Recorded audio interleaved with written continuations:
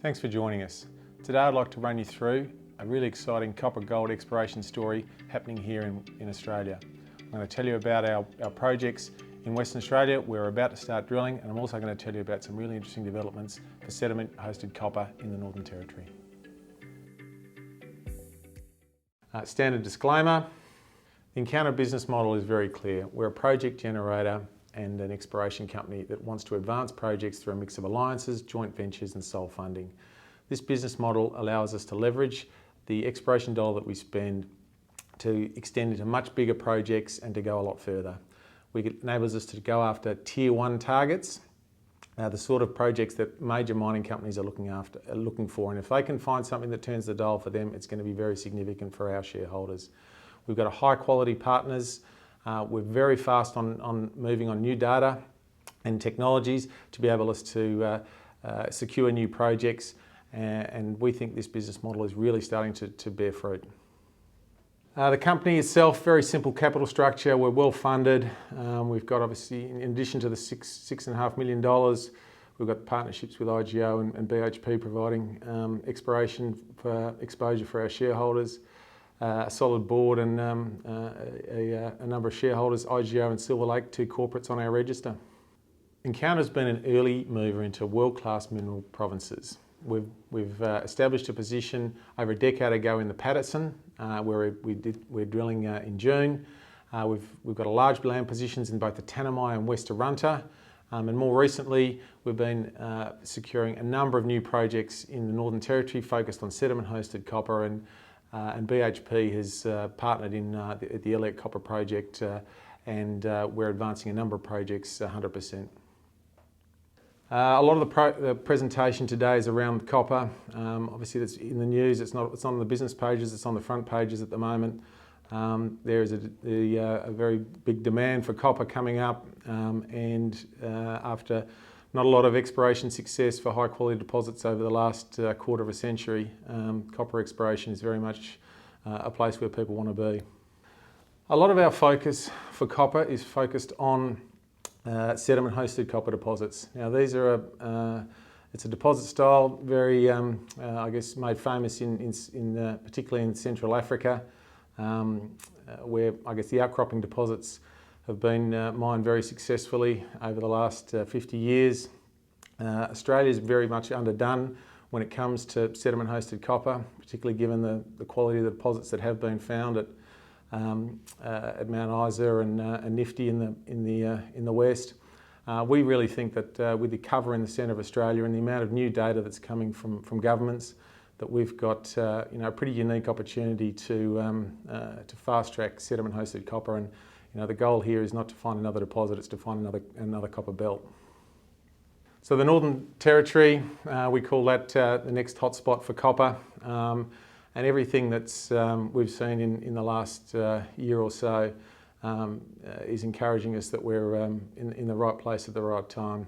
We've been very fortunate in the Northern Territory. The Exploring for the Future program, run by the Geoscience Australia and the Northern Territory Geological Survey, has provided explorers enormous amounts of new data: seismic, magnetotellurics, soil geochemistry, drilling. They've been drilling strat holes, they've been hydrogeochemistry, and it really has shone a light on this area for the copper potential. And out of that, not only I think we believe that, obviously the world's biggest mining company seems to agree as well.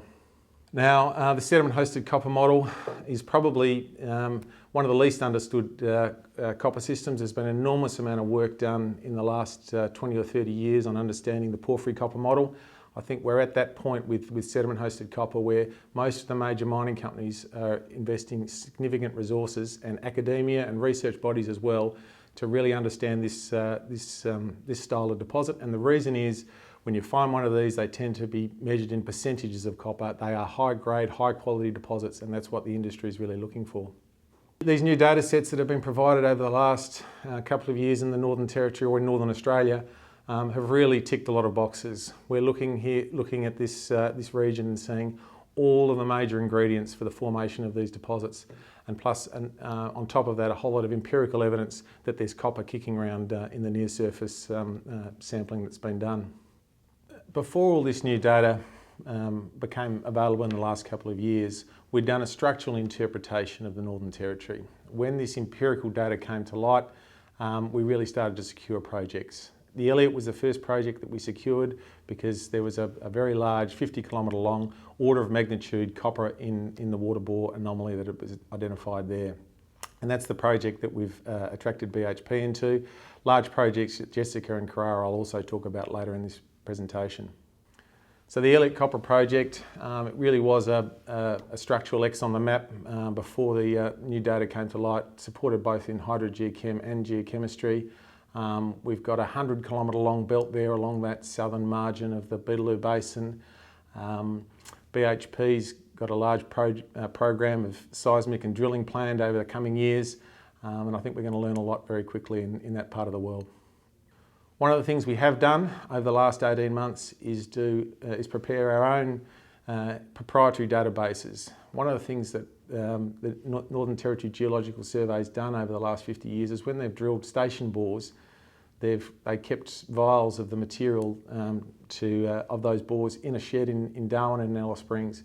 We've had handheld assaying machines, handheld XRF machines, going through those samples. We've identified a number of really interesting copper anomalies out of that process, and that has led to a number of projects being secured. Some of the examples of that are at Jessica and Carrara. Now this is an image showing a gravity background with the Century and Mount Isa deposits on the east of the slide. Through our Carrara projects and our Jessica project, which is located east of Tennant Creek. Now one of the things that's been interesting here, targeting the margins of these big basins, where the big structures run through, big long-lived plumbing for metal-rich fluids to form deposits. And one of the things in the recent times is at our Jessica project, in one of the water bores in that process that I've just been talking about, there was a 3-metre intersection at 1.5% copper within that water bore. We thought that was extraordinary.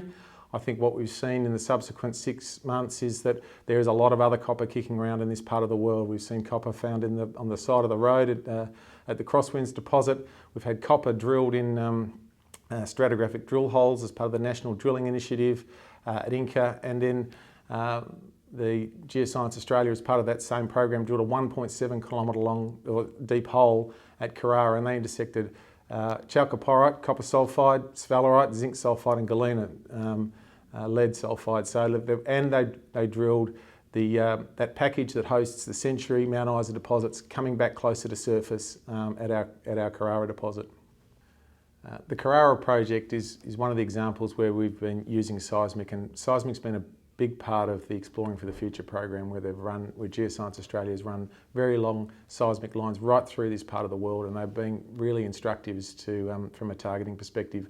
Now this is probably one of the most believable, easy to interpret seismic interps that I've seen. You can see the Century mine on the eastern side, the same geology extending under the Carrara Basin and coming back closer to surface at our Carrara project. And then interestingly, that stratigraphic hole shown there in yellow, where you're seeing sphalerite and copper sulphide in that hole, has been a big tick. The right geology, you've got the right processes, and we're pretty keen for the gravity project. It's the gravity survey that's about to be completed there in June, July, which will help us target our next phase of drilling. Now the Paterson province, we've got projects there held both 100% at Lamel and East Thompson's Dome, and then Yanina in agreement with IGO. Lamel, we completed a drill program in February. We think we're getting to the hotter part of that system. We drilled a 132-metre intersection going 0.3% gold and 0.1% copper, with the bottom part of the hole starting to heat up with 22 metres at 0.5% gold and half a gram gold and 0.25% copper. EIS co-funded drilling is about to start there in the middle of June. We're going to put tails on those holes and see if that system really starts to heat up. The Yanina drilling's going on at the moment. This is in partnership with IGO. It's a $15 million earn-in. IGO's taken over management of that as of April. We're looking at both IOCG and sediment-hosted copper opportunities here. They've got quite a large diamond drill program in progress, and then an air core drill program planned to follow. West Tanami and West Arunta are two of the, I guess what I'd say probably sleepers in our portfolio at the moment, and you're probably going to hear a lot more about them in the coming months. The West Tanami, we hold a 100-kilometre long belt of a very prospective region that hosts the Newmont's Kali mine, which is probably one of the greatest exploration success stories of recent years. They've been finding a lot of high-grade, high-quality gold. There's they've got a gas pipeline going out there that's currently going through an expansion, and that mine life just keeps getting extended. We are in the Western Australian side of that major Trans-Tanami structure. We had Newcrest on board. They did an extensive program of airborne magnetics, heritage clearances, and a small program of drilling.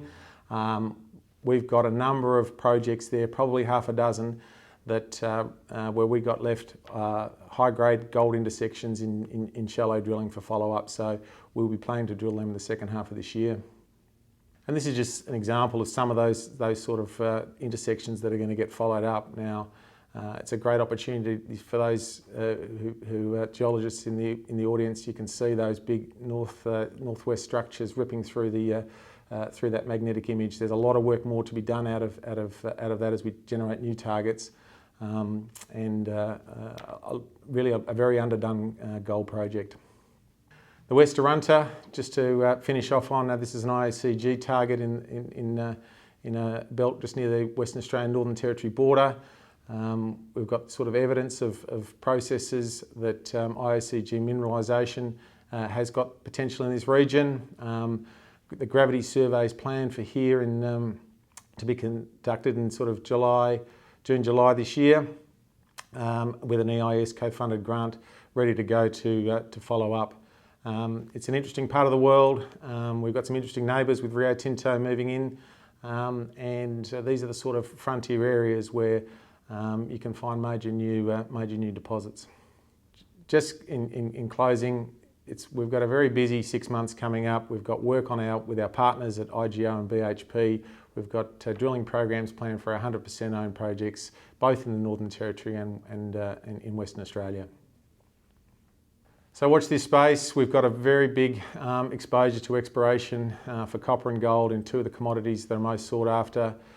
We've got partners that are driving big budget exploration programs, and we've got our own 100% programs both at Lamel, Aileron, Northern Territory and West Tanami coming up in the coming months. Thanks for your time today. I hope you enjoyed listening to the Encounter story. If you want more information, please visit our website or contact the company.